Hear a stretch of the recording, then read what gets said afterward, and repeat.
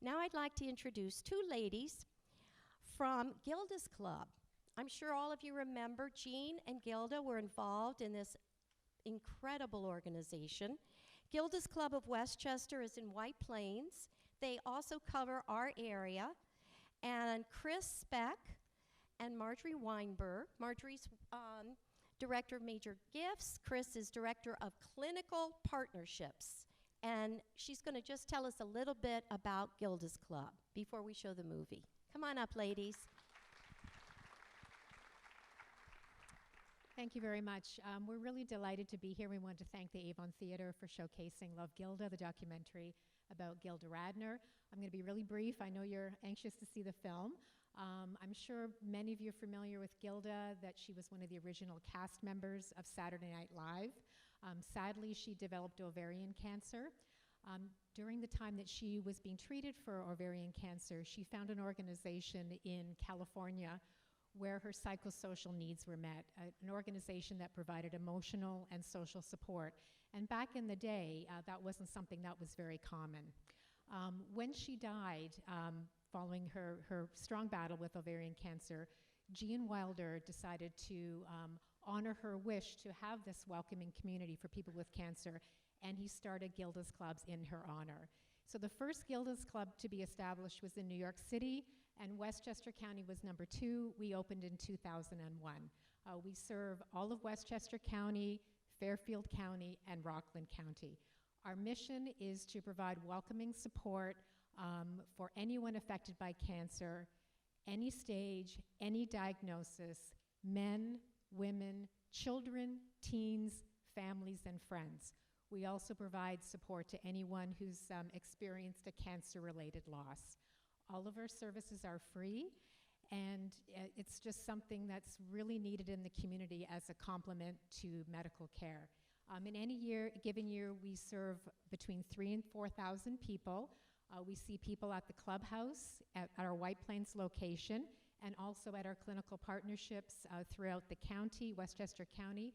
We also provide telephone support. So I hope everyone enjoys the film. If you have any questions or would like more information about Gilda's Club, there's a table in the lobby. Enjoy the film. Thank you.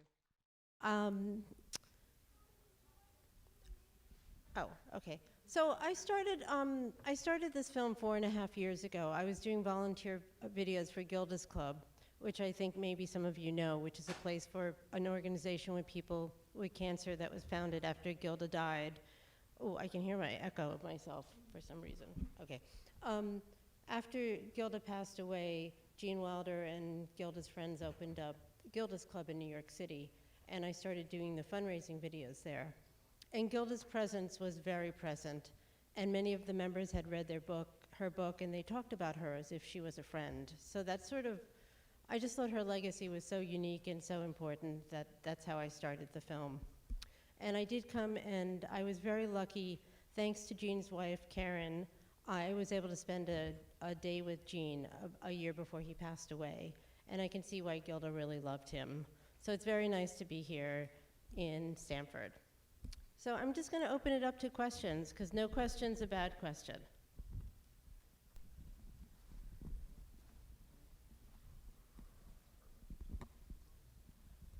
Throughout the film, you showed them in their LA house. When did they move to Stamford? Or was they bi-coastal? Gilda, after she left SNL, she bought the house. Oh, she bought that? Yeah, so that was her house that she lived with G.E. Smith when they were married. So Gilda and Gene lived both in Stamford and in Los Angeles in his house there.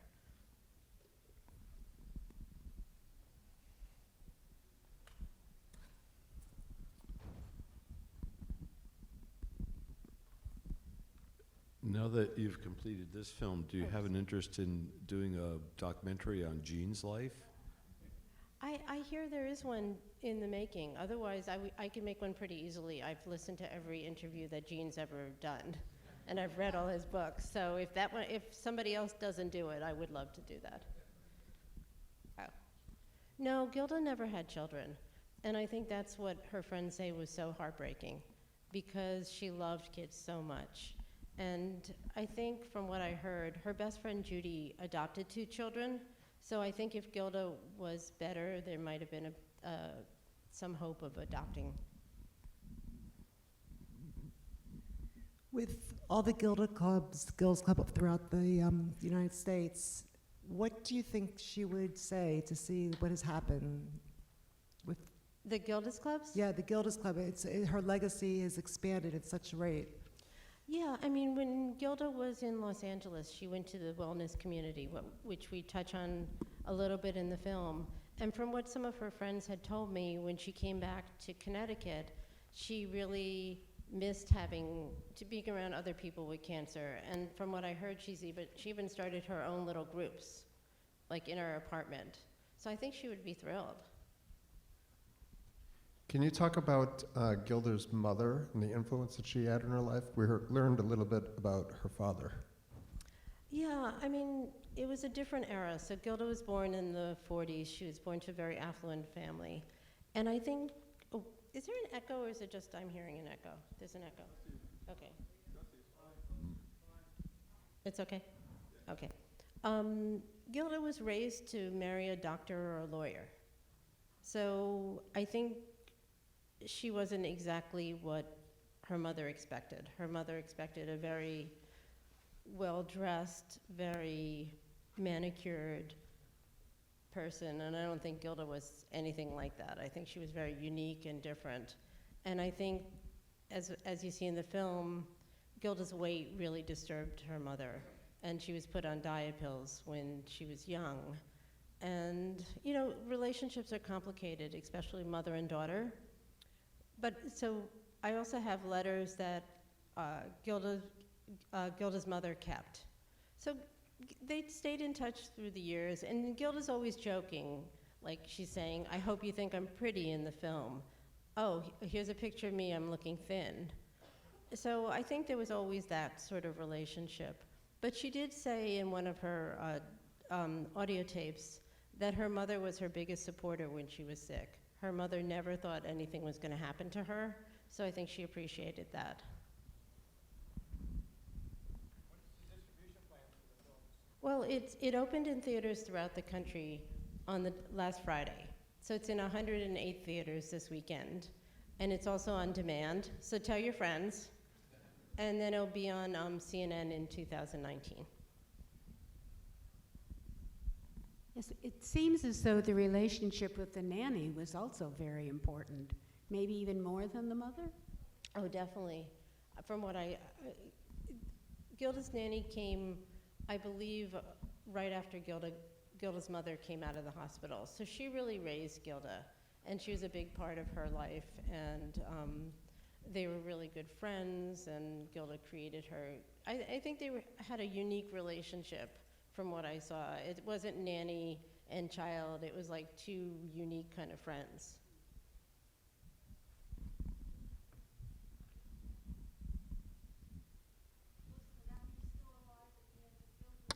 Yes, she was. And she lives, Gilda bought her a house, and now Michael, Gilda's brother, took care of her daughter, who just passed away, and now he's taking care of her granddaughter. So there's a very benevolent family. Was there anything that you found out or learned that didn't make it into the documentary? That you, like, anything that particularly stands out? Well, not story-wise. In terms of, the basis of the film is audio tapes that I had discovered after that Gilda did in order to record her book, and many of them were very damaged. So there were some really great stories. Gilda apparently went to movies all the time and gave movie reviews. There was a story about, you know, how hard it was for her to be a chubby child and to be at camp. And there's a great story where she wanted to be in a play, and all the pretty girls were princesses, and all the controlling oh, this echo is so weird. Is it just? Yeah, I'm sorry. It's like I'm listening to myself, and then, hello? Okay. Wait, this is kind of the same, but okay.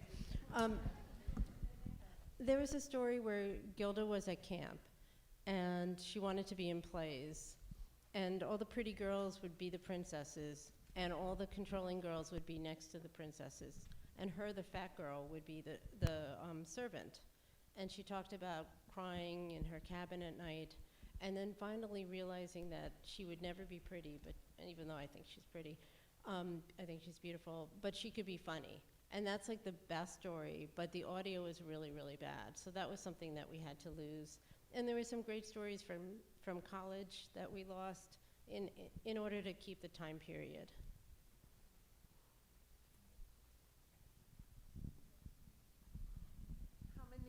How many years did she suffer with ovarian cancer?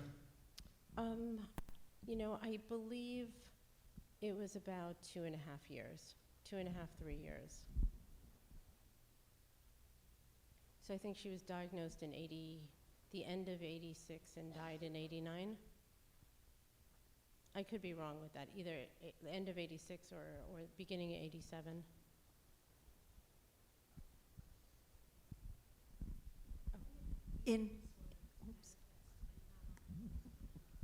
The eating disorder is a really hard thing for me to discover because apparently nobody wanted to talk about it. The people in high school and college didn't seem to know about it. Her friends didn't really want to touch that issue. So it was only, and Gilda was open about it. So in her book she wrote about a couple lines, but only when I found her diary from 1978 that I found she was in the hospital that I realized how intense it was. But from what I heard, it was really her relationship with Jean, and she went to doctors and she learned a different way of life. So I don't know if that was still going on when she started getting sick or not. Just a little bit of trivia. I was wondering if you found it in any of the tapes or anything. I knew the nurses that were working with her towards the end of her life, and they told me that they used to take her out to bingo games here in Stamford. Oh. Yeah. Oh, yeah, okay. So I was searching for the nurses, and I never found them. I had their contact information. I don't. Yeah. Yeah. And Oh, bingo. That was the best story, because Gilda's been playing bingo since she was, like, in college. So there's a great bingo story. She could play 24 games, and she had her own chips, and she just loved bingo. bingo.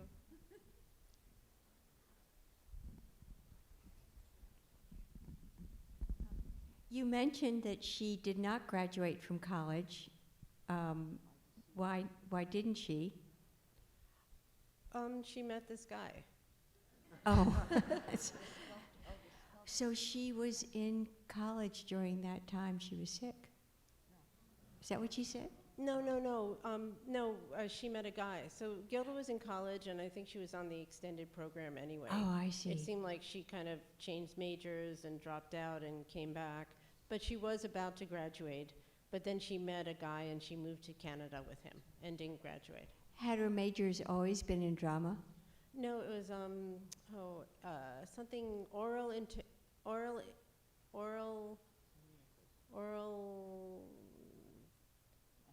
I can't remember what it's called. Oral something. Oral. Communication, maybe. No, oral something where you, like you talk.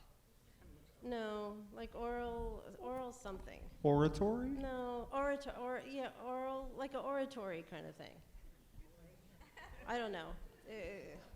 So she didn't major in theater, but she was involved in the theater department. From LA, where she was living with Jean, to Connecticut. That's what I don't get. Well, after she left Saturday Night Live and she married G.E. Smith, they bought a house in Stamford here. So that's how she got here, which I still am trying to figure out why.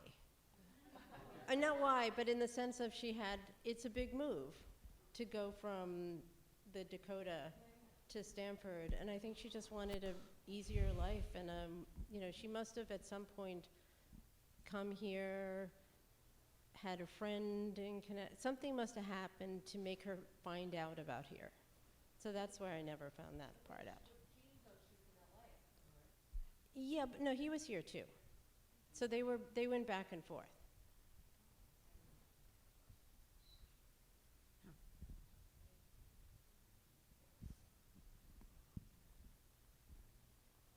Oral interpretation, that's what it was. Hi. Hello. I really enjoyed the documentary. Thank Oh, you. thank you. I remember reading the book, her book, when it came out, and I seem to remember there was some tension between Jean and her, and she felt that he was distancing. And am I not remembering that correctly, or No, I feel like think in the, I tried to do the film from Gilda's point of view and kind of make it more of a romantic story. But I think I was able to spend a day with Jean, so he told me the story. Gilda was very needy, and she didn't want to be apart from him. So I think that really kind of grated on his nerves. And there's a famous story that's in her book, and all her friends tell the story, and I never believed it was true until Jean told me the story, is that she would never be without him, and they were going to France, and their dog Sparkle ate rat poisoning. So Gilda didn't go to France, and Jean went out without her, and then he came back, and when she didn't go, he decided, oh, I'm gonna marry her, and he came back and proposed. That never made sense to me, but I think in essence it was like, she could be on her own. But Jean told me the story, so it must be true. Yeah. Sparkle, yeah, and Sparkle, Jean had Sparkle after Gilda passed away. Sparkle still lived. What? They would make sushi for Sparkle at Kotobuki in Stanford. Oh, really? See, you have all these great stories I could have put in my film. I'm kind of like Zelig. So Sparkle was like a threesome. She took Sparkle everywhere. Was Sparkle really little?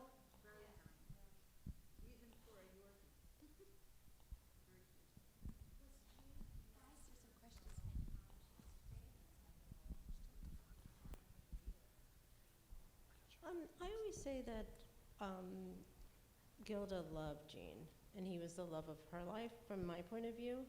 I mean, Jean wrote his book, and Karen, his wife of 20 years, was really the love of his life. But when I asked Jean that, he said he couldn't live with her and he couldn't live without her. So, relationships are complicated.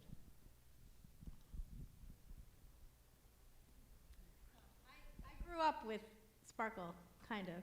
You did? Yeah. I used to play with her. She was like my play dog. Aww. And you know those little shopping carts the little kids have?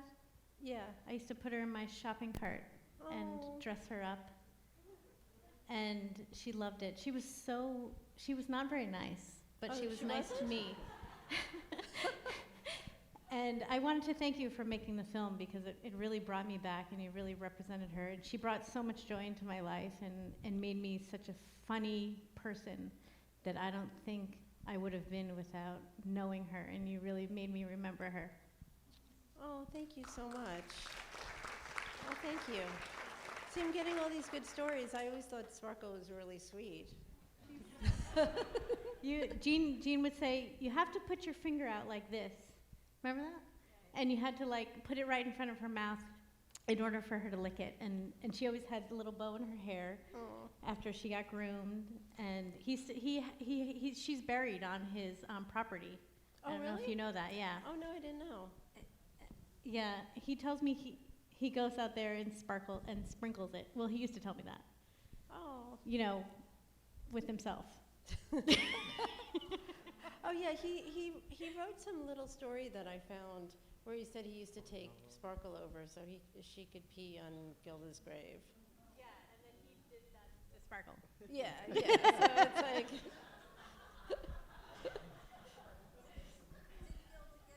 Something special on her gravestone or gravesite? Yeah, it's in the, I don't know the name of the Long Ridge, is that the name of it? The Long Ridge Cemetery in Stanford? At Erskine Road. Yeah, you could go visit her. It says comedian ballerina. And it's a really nice spot and it has a little bench and people leave things too. Like I saw lipstick there and some crystals and a little Sparkle doll and comedian ballerina. Ballerina, I mean, I think maybe some of you guys know more than me, but like Gilda loved dancing, and I think at some point she started coming back into the city and dancing, and she wanted to be a ballerina probably at some point in her life. So that was, I guess, Jean's idea. I'm just curious of the characters that Gilda created. Was there a favorite for you, and why? I mean, you must have had a lot of footage to pick from. I waited until I really felt I knew who Gilda was as a person before I started looking at all her characters from SNL, and then I watched the first 5 years like 3 times, and my editors and I put all Gilda's performances in little buckets. I love when she was herself, and she would just talk to the audience, because you could see how much she just loved being there. But I don't know, they're all good. I love Judy Miller, though, because the little girl in her room, I mean, that's something I could look at and identify with. But I really loved also in the last season when we do like a little montage of all these extreme characters that, Gilda's doing. And I love her physical comedy. I heard that after she did the Baba Wawa character, that Barbara Walters went to a speech therapist to correct her speech.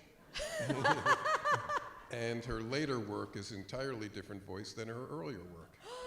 That's a good one. I never heard that. Wow. Wait, any other good Gilda stories in the audience here? Because I never met her, so I mean, this is just my interpretation of who she is. Okay. There are a lot of stories that I have, but one of them that I remember is that I was at her house once and she took me on a tour and she showed me her pink studio. It was all pink. All the couches are pink, the rugs and everything, and she had all memorabilia in there. One of the things, I grew up watching Saturday Night Live, and I saw the Rosanna wig, and there it was on a stand with the little barrettes in it. Oh, wow. And the only thing that I regret is that I wanted to try it on. And I didn't have the heart to ask her. Oh. But she was a character, yeah. She was a character. She was always funny. She was hilarious. That's what, whenever I ask anybody, what was Gilda like, they always say nice and kind, but the first thing they say is funny. And I'm like, okay, well, that's kind of a given. But it seems like it's more that she really was funny. And in her audio tapes, she's super funny. Even when she's talking about really intense, dark things, or in her journals when she's really writing about really bad things that have happened, it's still funny for some reason. I guess that's what she was like. She was always hilarious. I mean, we'd be in the car and she'd be in the back seat belting out a crazy song. Just, just nothing. Just very, very funny. She was a joy to be with. Well, thank you for that.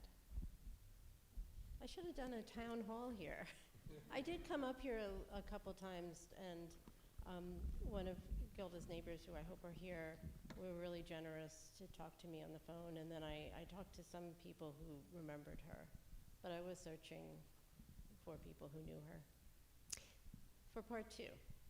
Lisa, can you tell us, where are all these archival materials now?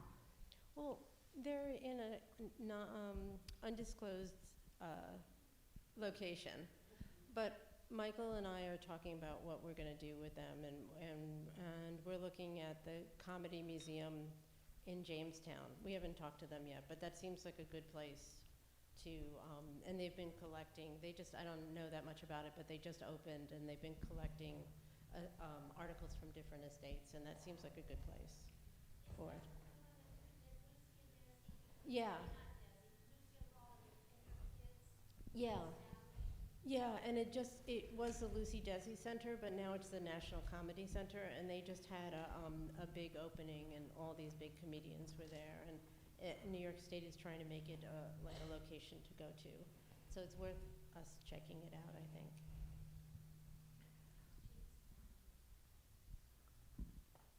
Oh, hello. Oh, I'm sorry.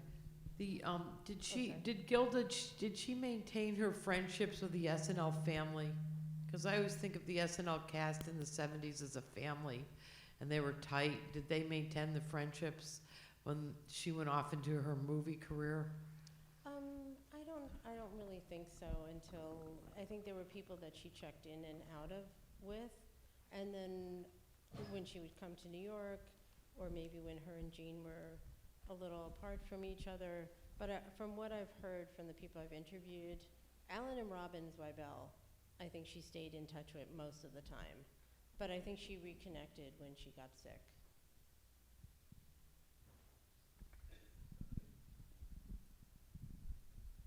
I thought a really effective part of the film was the way you had the other comic actors reading from her journals and reacting to that. How did you hit on that as an idea for telling the story? Well, because I had all this great material, I had the diaries of Gilda, and I never wanted anyone to read as Gilda's voice, like when she's talking about anything emotional. But there's these really funny journal, which we call the Fame Journal, because still her little writings about fame. And I also always wanted modern day comedians in it, because I felt that they would bring her legacy. Because when I was going for funding for the film, there was no interest at the beginning, because people were saying, well, no one knows who Gilda Radner is anymore. And I knew that wasn't true.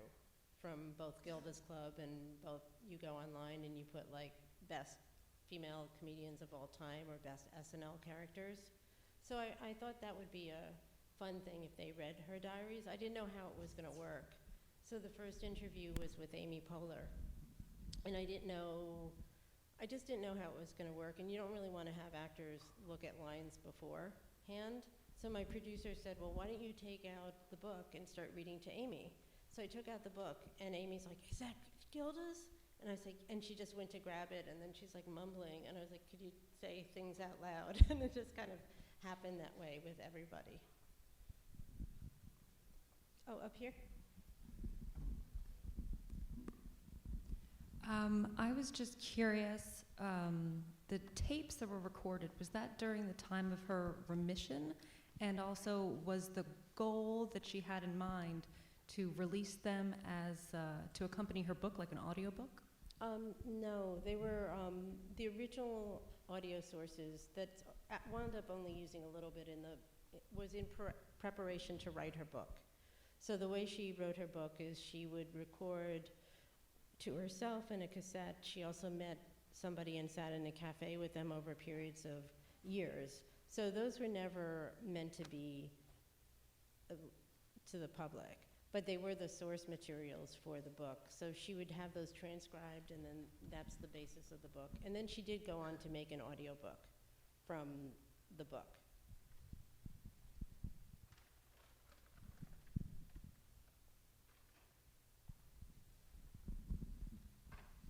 Will you talk a little bit about the process of getting this film from an idea to being made and shown across the country? Yeah, it wasn't an easy one. So my background is I used to be an actress, and then I went into producing and directing commercials. And somehow, when I decided to do this film, I didn't really know how to do it. I mean, I knew creatively I could figure it out because of the stuff I've done before, but I didn't know how to raise money. So the first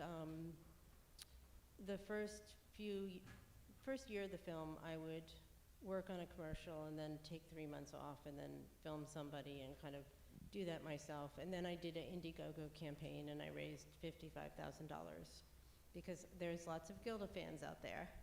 Because some people gave $1, some people gave $1,000. Like, really, it was pretty amazing.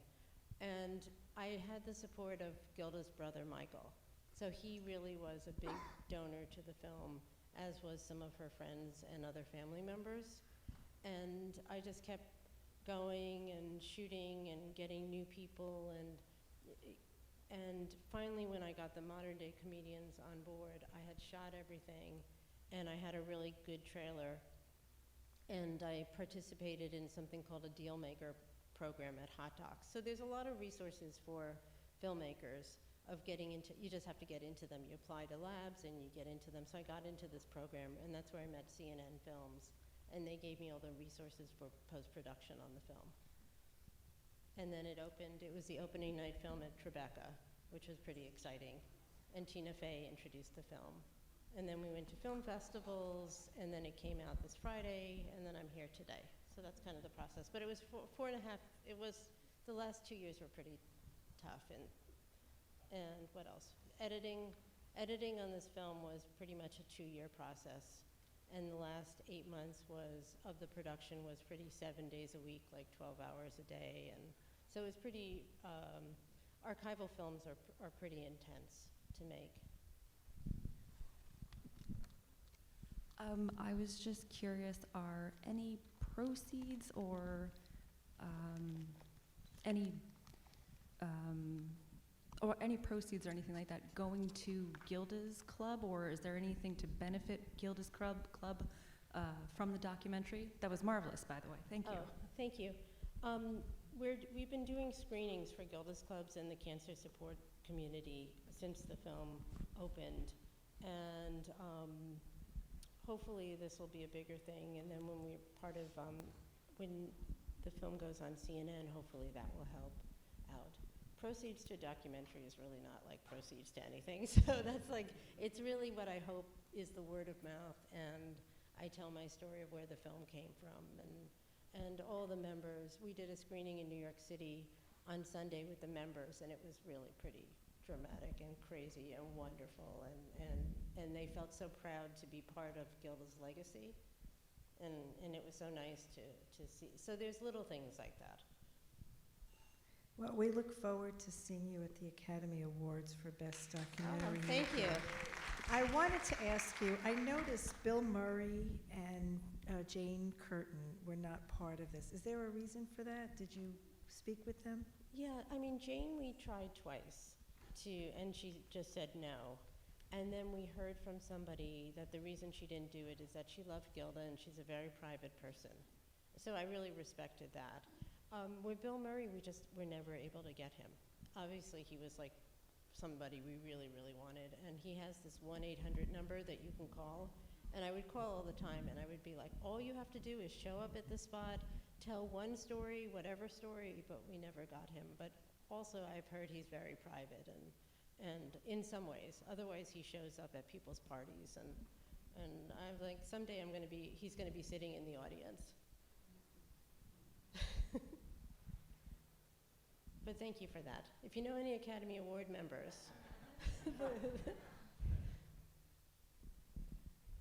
Any other last Gilda stories? Gilda sightings?